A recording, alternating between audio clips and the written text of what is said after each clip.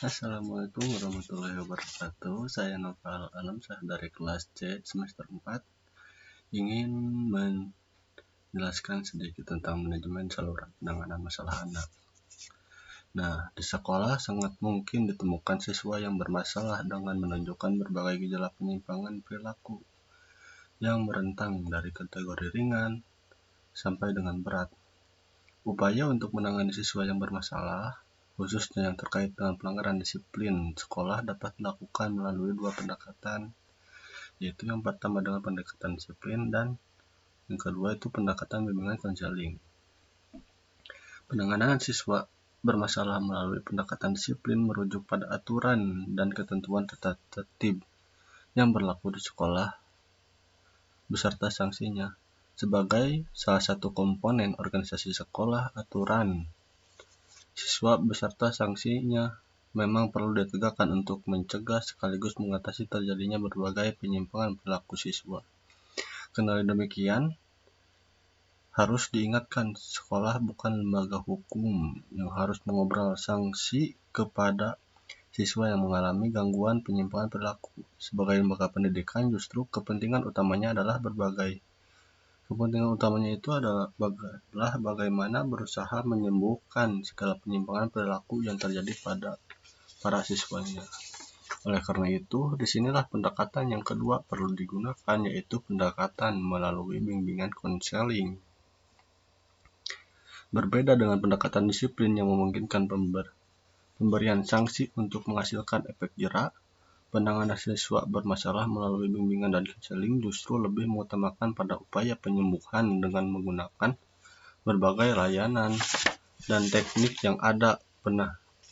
Penanganan siswa bermasalah melalui bimbingan dan konseling sama sekali tidak menggunakan bentuk sanksi apapun, tetapi lebih mengandalkan pada terjadinya kualitas hubungan interpersonal yang saling percaya di antara konselor dan siswa yang bermasalah, sehingga setahap demi setahap siswa tersebut dapat memahami dan menerima diri dan lingkungannya, serta dapat mengarahkan diri guna tercapai penyelesaian yang lebih baik. Meski saat ini paradigma pelayanan bimbingan dan konseling lebih mengedepankan pelayanan yang bersifat pencegahan dan pengembangan, pelayanan, bimbingan, dan konseling terhadap siswa bermasalah tetap masih menjadi perhatian. Dalam hal ini, perlu diingatkan bahwa tidak semua masalah siswa harus ditangani oleh guru BK atau konselor. Dalam hal ini, Sofyan S. Willis 2004 mengemukakan tingkatan masalah beserta mekanisme dan petugas yang menanganinya sebagai tempat. Yang pertama itu ada masalah siswa dengan ringan, seperti membolos, malas, kesulitan belajar pada bidang tertentu, berkelahi dengan teman sekolah, bertengkar, minum minuman keras tahap awal, berpacaran, mencuri. Kelas ringan dibimbing oleh wali kelas dan guru, berkonsultasi kepada kepala sekolah, dan mengadakan kunjungan rumah.